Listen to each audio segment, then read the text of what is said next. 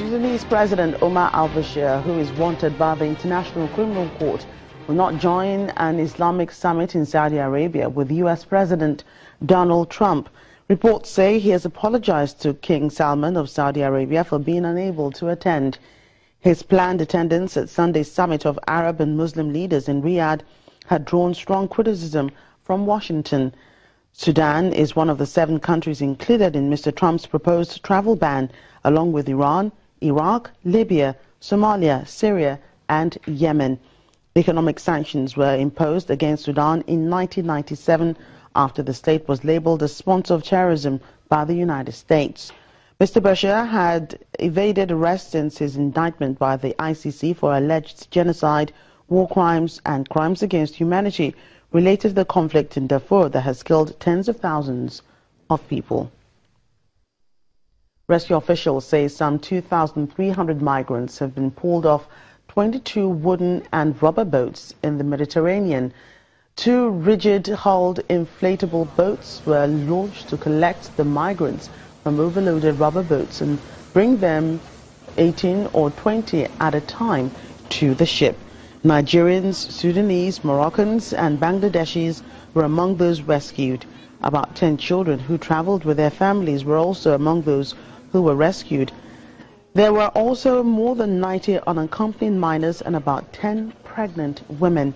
Smugglers are cramming migrants onto boats in Libya at a record pace this year. Arrivals in Italy, where rescued migrants are up to 35% compared to the same period last year. Well, here's an interesting one coming from Egypt, where a barber in Cairo is setting hair on fire in the name of styling. This new trend seems to be catching on, though, after a video showing a Pakistani barber using the same styling technique went viral.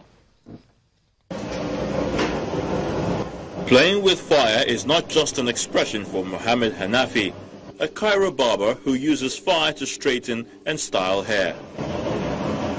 The daredevil barber says he's always been key to stay up to date with the latest fashion trends and hairstyles.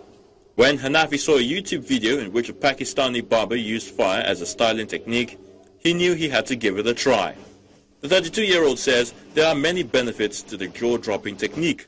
The difference between normal straightening and straightening with fire is that straightening with fire helps the hair straighten more and makes it last longer. It could last for a month or a month and a half. It also preserves the color of the hair, prevents split ends, and helps get rid of dandruff. After seeing the video of the Pakistani barber, Hanafi was determined to learn the technique, but not without some reservations. The first time I thought of using this technique, I was worried, of course, because I hadn't used it before, and it was difficult as well for me.